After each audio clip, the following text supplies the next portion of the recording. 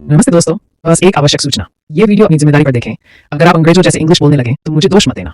इस वीडियो में जो कुछ भी है वह हंसी मजाक के साथ इंग्लिश सीखने के लिए है। मैं हमेशा सही रहने की कोशिश करता हूँ, लेकिन कभी कभी क्रिकेट का बादशाह विराट कोहली भी 0 पर आउट हो जाता है। तो अगर आपको कोई गलती मिलती है तो बस हंस कर टाल दें, और कमेंट करने का मौलिक अधिकार तो आपके पास है ही। यहाँ व्यक्त किए गए विचार मेरे अपने हैं, न कि मेरे पालतू तोते या मेरे पड़ोसी की गाय के। अगर आपको कोई कॉपीराइट वाली चीज दिखे तो मुझे बताएं और मैं उसे ठीक कर दूंगा, जिससे पहले कि आप ये बोल पाए सुपरकैलिफ्रैजिलिस्टिक्स।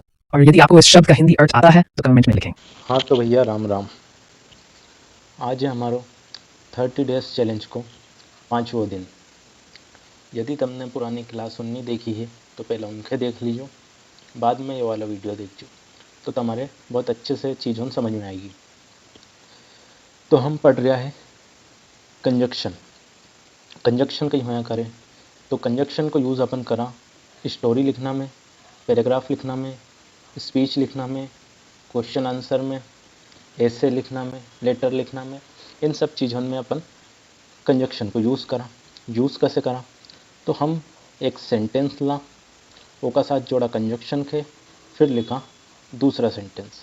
यानी कि कंजक्शन कई काम करे तो कंजक्शन दो सेंटेंस होने आपस में जोड़ने को काम करे। दो सेंटेंस के जोड़ के एक सेंटेंस बना दे, यानी फेमिकोल को काम करे, दो सेंटेंस के चिपकाने को बात करे। अब सेंटेंस होने के जोड़ने की ज़रूरत क्यों पड़े? ज़रूरत इसलिए पड़े क्योंकि सेंटेंस अपना आप में इंटरलिंक करे। यानी कि पहले सेंटेंस में दूसरा सेंटेंस के बारे में बात हो रही होगी, या फिर दूसरा सेंटेंस मीनिंग देने के लिए पहला सेंटेंस पर निर्भर होगा। उदाहरण देख लो, तो यहाँ पे दो सेंटेंस लिखा हुआ है। पहला सेंटेंस है I did not go to school, आज मैं स्कूल नहीं गया। दूसरा सेंटेंस है I was suffering from fever, आज मुझे बुखार थी।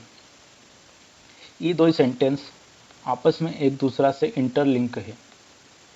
अब इन दो सेंटेंस में कई लिंक है। तो पहले सेंटेंस बता रही है कि मैंने यो काम नहीं करियो। कौन सा काम नहीं करियो? स्कूल जाने को। दूसरा सेंटेंस में मैं बता रही हूँ कि इना काम के नहीं करने का पीछे कई कारण तो। पहला सेंटेंस में मैं कह रही हूँ मैं स्कूल नहीं गयो, दूसरा सेंटेंस में मैं आपको कारण बता रही हूँ कि मैं स्कूल इसलिए नहीं गयो क्योंकि हमारे बुखार थी। तो जब भी अपन कारण बताएं तो अपन एक कंजक्शन लगाएं बिकॉज। कई लिखा बिकॉज, कारण बताने के लिए अपन कंजक्शन लगाएं बिकॉज, क्योंकि। तो अब देखो अपन इना सेंटेंस के कैसे बनाएंगे। सेंटेंस दो ही सेंटेंस के जोड़ने के लिए अपन कंजक्शन लगाएं, बस इतनी बात तुम्हारे ध्यान में रखना है, बाकी कहीं भी नहीं करना है। सबसे पहला सेंटेंस असो को असो अपन लिख दा। तो पहला सेंटेंस लिखांगा I did not go to school, आज मैं स्कूल नहीं गया। ओका बाद कंजक्शन लगाएंगा बिकॉज। बिकॉज ओका बाद दूसरा सेंटेंस वैसे को वैसे लिख दूंगा, आई वॉज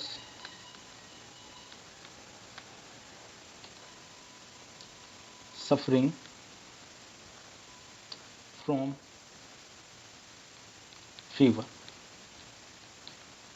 ठीक है, कहने को मतलब यो है कि पहला सेंटेंस और दूसरा सेंटेंस में आपस में लिंक हो, इसीलिए ओके अपन ने कंजक्शन से जोड़ियो। यदि लिंक नहीं हो तो नहीं जोड़ता, जबरदस्ती कंजक्शन नहीं लगाना हो। लेकिन तो सेंटेंस में यदि लिंक है तो कंजक्शन को यूज़ अपन करांगा।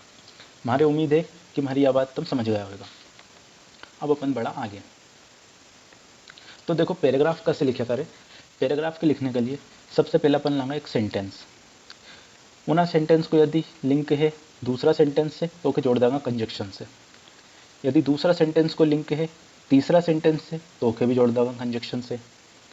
अब अपनी बात पूरी हो गई है तो फुल स्टॉप लगा दो, फिर आगे बढ़ो। चौथा सेंटेंस लियो, चौथा सेंटेंस और पांचवा सेंटेंस में यदि लिंक है तो ओके फिर कंजक्शन से जोड़ दो। फिर लिखो छठवां सेंटेंस, बात पूरी हो गई है, फुल स्टॉप लगाओ। दूसरा पैराग्राफ लिखना है तो फिर एक सेंटेंस लो, ओके फिर कंजक्शन से जोड़ दो। फिर एक सेंटेंस लो, ओको लिंक के यदि अगला सेंटेंस से तो फिर कंजक्शन जोड़ दो। बात पूरी हो गई है, फुल स्टॉप लगाओ। फिर सेंटेंस लो, फिर ओके दूसरा सेंटेंस से लिंक करने के लिए कंजक्शन से जोड़ दो। अब तुम बोलोगा कि सर कंजक्शन को यूज़ इतना हो गई, तो हाँ कंजक्शन को यूज़ पैराग्राफ में बहुत हो। एक है अपन उदाहरण का माध्यम से समझा। कल अपन एक किताब पढ़ रहा था और इन किताब का राइटर है आशीष बागरेचा जी। कौन है? आशीष बागरेचा जी। तो आशीष भैया की किताब को नाम कही है, आशीष भैया की किताब को नाम है डियर स्ट्रेंजर, यानी कि प्रिय अजनबी। आई नो, मैं जानता हूँ। हाउ यू फील, तुम कैसा महसूस करते हो। ठीक है। अबाउट हार्टेक मतलब मन की व्यथा के बारे में या दिल का दुख के बारे में। अब के का दिल की व्यथा और के का दिल का दर्द की बात हो रही है, तो आशीष भैया यहाँ पे उन लोगों का दिल का दर्द की बात कर रहा है जो कि अभी बहुत ही ज़्यादा डिप्रेशन में है, बहुत ही ज़्यादा स्ट्रगल कर रहा है, और उनकी स्थिति ऐसी है कि उनने अपना आप के कमरा में बंद कर लिया है। वो कोई से मिलना पसंद नहीं कर रहा है, कोई से बात करना पसंद नहीं कर रहा है, और बहुत ही ज़्यादा डिप्रेशन में जी रहा है।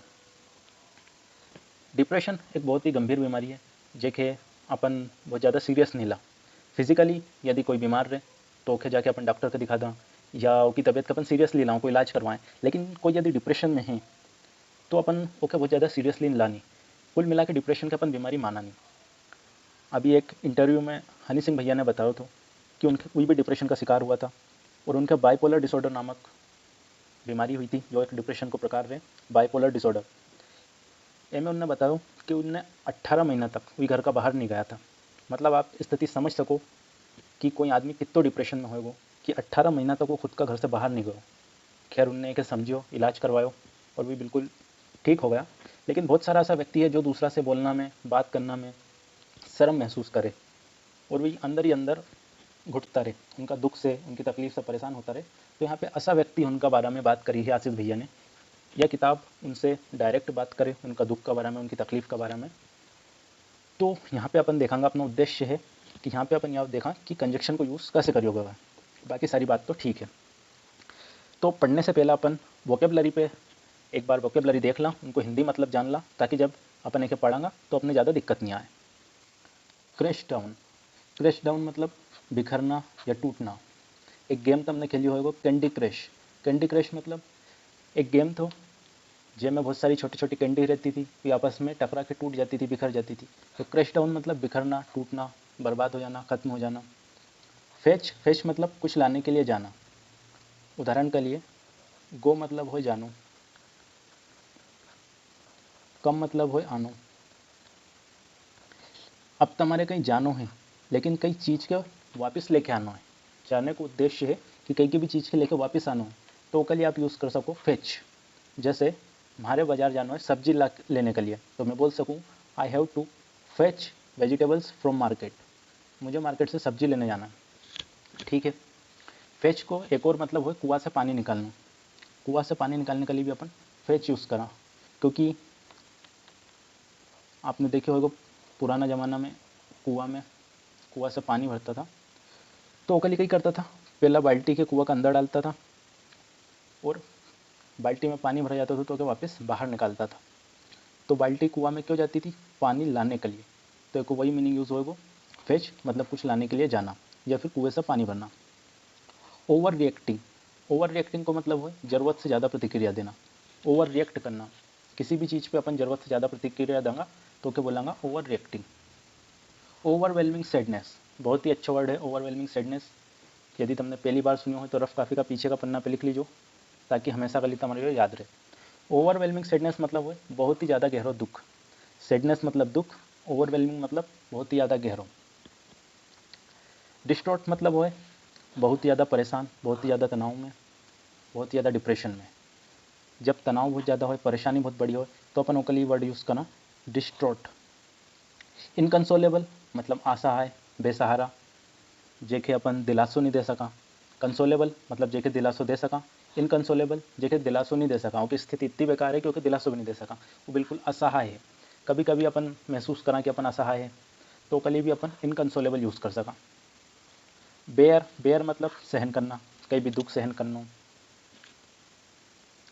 हार्ट ब्रेक, एक को मतलब तुम्हारे बहुत अच्छे से मालूम होगा, दिल टूटना, वो लिए अपन यूज़ करा हार्ट ब्रेक। अगला वर्ड है कंपार्टमेंटलाइज। कंपार्टमेंटलाइज को मतलब है अलग करना, कई हिस्सा में बांटना, या फिर यहाँ पे जो वर्ड यूज़ हुआ है, जिन्हें मीनिंग के लिए यूज़ हुआ है ये वर्ड, वो है छिपाना या नज़रअंदाज करना। आप यदि कहीं की यूनिवर्सिटी गया हो तो वहाँ पे अलग अलग काम के लिए अलग अलग कंपार्टमेंट हो, मतलब एक कंपार्टमेंट में उससे रिलेटेड ही काम होएगा। तो कंपार्टमेंटलाइज को मतलब है अलग करनो, कई हिस्सा में बांट देनो, या फिर कई की चीज़ के छिपानो, नज़रअंदाज करनो, वो के लिए अपन यूज़ कर सका कंपार्टमेंटलाइज। एक वर्ड और आपके देखने के लिए मिलेगा पैराग्राफ में, और वो वर्ड है व्हेन। अब ये वर्ड तो खास क्यों है? खास इसलिए है क्योंकि व्हेन क्वेश्चन वर्ड भी होया करे और व्हेन कंजक्शन भी होया करे। आप बोलोगे सर क्वेश्चन वर्ड हो, ये तो हमारे मालूम था, कंजक्शन भी हो कहीं? हाँ बिल्कुल हो। यो व्हेन एक सब ऑर्डिनेट कंजक्शन होया करे। सब ऑर्डिनेट कंजक्शन मतलब इतनी ज़्यादा गहराई में आपके नहीं जानो है, आपके तो सिर्फ इतो मतलब इतो याद रखना है कि व्हेन एक क्वेश्चन वर्ड भी हो और कंजक्शन भी हो। जब व्हेन क्वेश्चन वर्ड होएगो तब को मतलब होएगो कब, और यदि व्हेन कंजक्शन है तो को मतलब आएगो जब। ठीक है, व्हेन क्वेश्चन वर्ड भी है, एक को मतलब होएगो कब, व्हेन कंजक्शन भी है, जब व्हेन कंजक्शन होएगो तो को मतलब निकलेगो जब। ठीक है, अब अपन आए सीधा पैराग्राफ पर। डियर स्ट्रेंजर, प्रिय अजनबी, आई नो मैं जानता हूँ। अब आई नो अपना आप में एक सेंटेंस है, क्योंकि यहाँ पे आई है सब्जेक्ट और यहाँ पे नो है वर्ब, और हमने पढ़ियो है कि सब्जेक्ट और वर्ब मिलके एक सेंटेंस बना है, तो इसलिए आई नो अपना आप में एक सेंटेंस है। आई नो के अपन ने जोड़ियो है कंजक्शन से दैट, पूरा मीनिंग आएगो मैं जानता हूँ कि। अगलो सेंटेंस है इट फील्स लाइक, यहाँ तुम्हारे लिए ऐसा है जैसे योर वर्ल्ड इज आगो मतलब कहीं को भी काम कंटिन्यू है, कहीं को भी काम चल रही हो। कौन सा काम चल रही हो? क्रैशिंग डाउन, यानी कि मैं जानता हूँ कि यहाँ तुम्हारे लिए ऐसा है कि तुम्हारी दुनिया, दुनिया पे अधिकार के कोई तुम्हारो, इसलिए अपन ने लगाओ your world is crashing down right now, इस समय तुम्हारी दुनिया टूट रही है या बिखर रही है। फिर इन सेंटेंस के अपन ने जोड़ती हो एंड कंजक्शन से, और द ओनली टाइम, केवल उस समय, you feel like getting out of your bed, केवल उस समय तुम्हारी इच्छा होती है बेड से उतरने की, व्हेन। अब व्हेन यहाँ पे वापस से कंजक्शन है, जो मतलब हुआ जब। केवल उस समय तुम्हारी इच्छा होती है बेड से उतरने की जब यू नीड, तुम्हें आवश्यकता पड़ती है, टू फेच, जाकर लाने की, another box of tissue, tissue का, टिश्यू बॉक्स का, टिश्यू पेपर का दूसरा बॉक्स।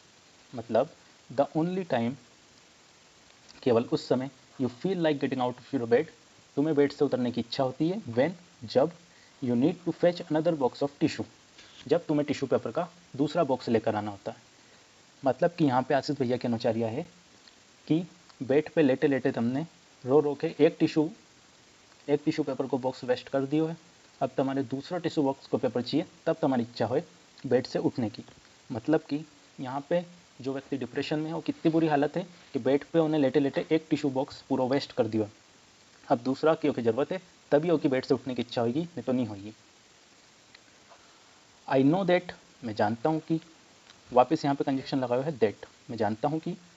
इट फील्स लाइक, यहाँ ऐसा है जैसे योर सोल, आपकी आत्मा, विल क्रैक, टूटने वाली है, व्हेन।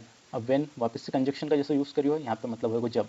मैं जानता हूँ कि यहाँ ऐसा है जैसे तुम्हारी आत्मा टूटने वाली है जब those who closest to you, वो लोग जो तुम्हारे सबसे करीबी हैं, टेल यू, तुमसे कहते हैं, दैट की, वापस से कंजक्शन को यूज़ करियो, जो तुम्हारे सबसे करीबी हैं वे तुमसे कहते हैं कि यू आर ओवर रिएक्टिंग, तुम ज़रूरत से ज़्यादा प्रतिक्रिया दे रहे हो, या तुम ओवर रिएक्ट कर रहे हो, यू आर ओवर रिएक्टिंग, तुम ओवर रिएक्ट कर रहे हो। दैट की, वापस से दैट यानी कंजक्शन से फिर जोड़ियो सेंटेंस के, it is not that bad, तुम्हारी स्थिति इतनी भी बुरी नहीं है, और वापस से कंजक्शन, और दैट द ओवरवेलमिंग सैडनेस, जो बहुत गहरा दुख है, जो बहुत गहरा सदमा है या दुख है, will not last for ever, वो हमेशा नहीं रहेगा। मतलब कि यहाँ पे आशीष भैया की अनुचार्या है कि जब हु क्लोजेस्ट टू यू, जो तुम्हारे सबसे करीबी हैं, जब वो तुमसे कहते हैं कि तुम ओवर रिएक्ट कर रहे हो और तुम्हारी स्थिति इतनी भी बुरी नहीं है, तुम्हारा जो दुख है, जो तुम्हारी बहुत गहरा दुख है, वो हमेशा के लिए नहीं रहेगा। तब तुम्हें ऐसा लगता है जैसे योर सोल विल क्रैक, तुम्हारी आत्मा टूट जाएगी, तुम अंदर से टूट जाओगे। आगे बढ़ा, यहाँ पे बात खत्म हो गई है, इसलिए फुल स्टॉप लगाओ। आगे आसिफ भैया बोल रहा है आई सी यू, मैं तुम्हें देखता हूँ, लाइंग इन बेड। अब बेड का साथ एक प्रीपोजिशन जोड़ी है इन, तो बेड का साथ इन प्रीपोजिशन भी यूज़ हो और ऑन प्रीपोजिशन भी यूज़ हो। कॉम्पिटिटिव एग्जाम में ही होता है, एक बार एसएससी में आ चुकी है, तो अपन देख ला। ऑन बेड तब बोलांगा जब अपन बेड पे बैठे हैं, मतलब सिटिंग यदि आयो तो लगाएंगा ऑन बेड। और इन बेड जब लगाएंगा जब या तो बेड पे लेटा हुआ है या फिर बेड पे सो रहा है, लाइंग है या स्लीपिंग है तो लगाएंगा इन बेड, और यदि बैठा हुआ है सिटिंग है तो लगाएंगा ऑन बेड। यानी कि बेड पे बैठने के लिए ऑन बेड, बेड पे सोने के लिए या लेटने के लिए इन बेड। चलो आगे बढ़ा, आई सी यू, मैं तुम्हें देखता हूँ, लाइंग इन बेड, बेड पर लेटे हुए, एट नाइट, रात को, डिस्ट्रॉट यानी कि गहन पीड़ा में, गहन दुख में, इनकंसोलेबल यानी कि असहाय, अनेबल टू ब्रेथ यानी कि सांस लेने में भी दिक्कत है, बिकॉज क्योंकि, फिर यहाँ पे एक कंजक्शन से जोड़ी हुई वर्ड के क्योंकि, the pain in your chest is too much to bear, क्योंकि तुम्हारा दुख इतना है कि वो सहन भी नहीं किया जा सकता। अब यहाँ पे सेंटेंस खत्म, तो लगा दियो फुल स्टॉप। आई अंडरस्टैंड, मैं समझ सकता हूँ, दैट की, वापस से एक सेंटेंस के अंदर दैट कंजक्शन से जोड़ो, मैं समझ सकता हूँ कि हार्ट ब्रेक, जो दिल का टूटना है, is as physical as it is emotional, जो दिल का टूटना है वो इमोशनल तो है ही लेकिन फिजिकल भी है।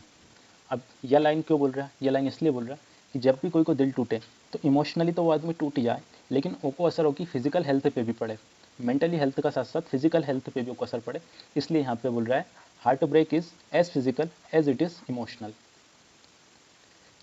आई नो, मैं जानता हूँ, इट हर्ट्स, तुम्हें दुख होता है, यहाँ तुम्हें तकलीफ पहुँचाता है, डोंट लिसन टू देम, उन्हें मत सुनो, डोंट लिसन टू दोज, उन्हें मत सुनो जो tell you, who tell you, जो तुमसे कहते हैं।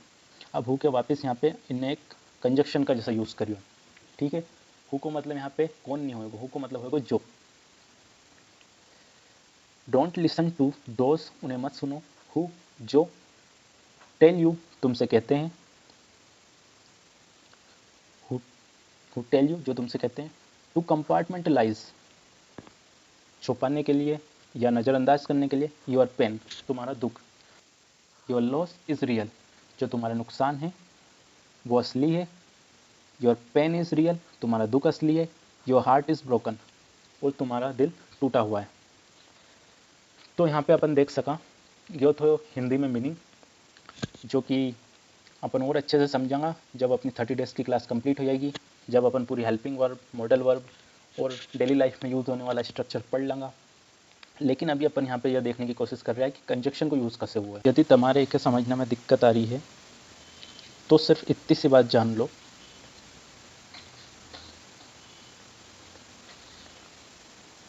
कि यहाँ पे हुआ कहीं, यहाँ पे जो अंडरलाइन है वो है एक सेंटेंस,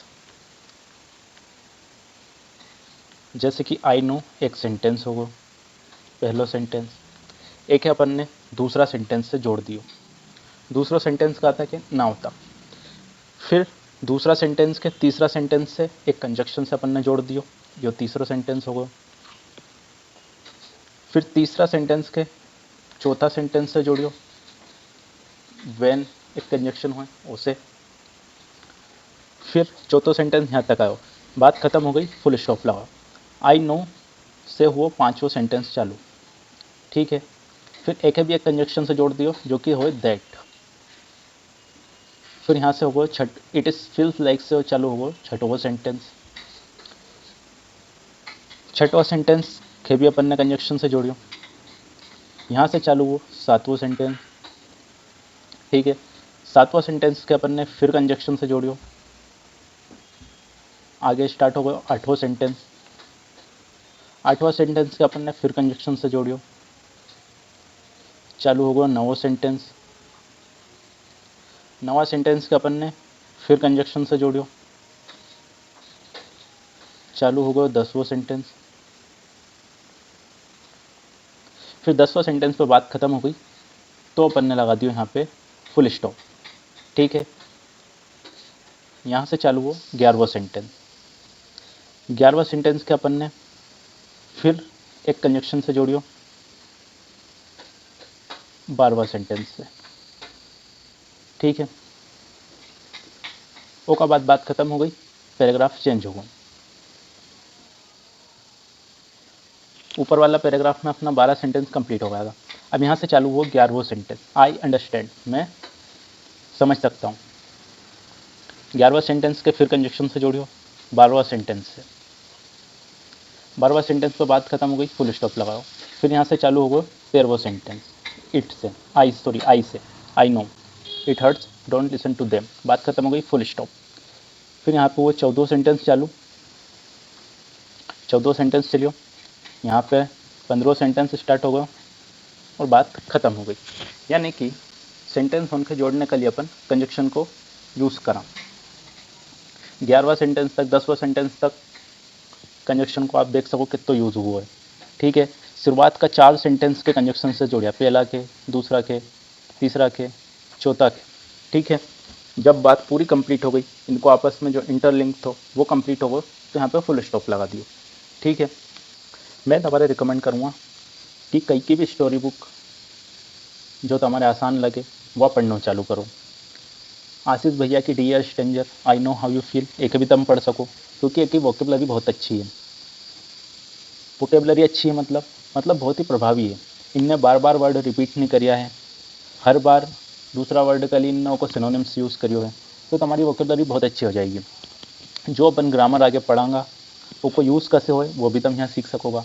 आज को वीडियो तुम्हारा थोड़ा बोरिंग भी लगी होएगो, वो इसलिए लगियो क्योंकि इनमें जो चीज़ यूज़ हो रही थी, जो वर्ब यूज़ हो रही थी, मॉडल वर्ब यूज़ हो रही थी, वही तुमने पढ़ी नहीं है, तो उनका बारे में तुम्हारी जानकारी नहीं है। लेकिन ये बताना बहुत ज़रूरी तो कि एक सेंटेंस पैराग्राफ के अपन लिखा कैसे। तो आज की वीडियो यहीं अपन ख़त्म करा। कल अपन इज़ेमार वापस पढ़ना स्टार्ट करांगा, उसको तीसरो यूज़ देखांगा। तो घर पर प्रैक्टिस करना चालू कर दो, कहीं की भी किताब पढ़ सको 5 या 10 मिनट, ऐसे ज़्यादा तो हमारे पढ़ना भी नहीं है, क्योंकि शुरुआत में 5-10 मिनट बुक रीडिंग बहुत रिया करें। एक साथ ही रिविज़न करते रहियो, जितना अपन ने पढ़ लियो है उसको, और घर पर बोलने की प्रैक्टिस शुरू कर दीजिए, क्योंकि आपको अब पता चलेगा कि पैराग्राफ कैसे बनाएं, स्पीच कैसे बनाएं, और सेंटेंस के कैसे अपन जोड़ के इंटरलिंक करके बोल सका। मिला अगला वीडियो में, तब तक के लिए राम राम।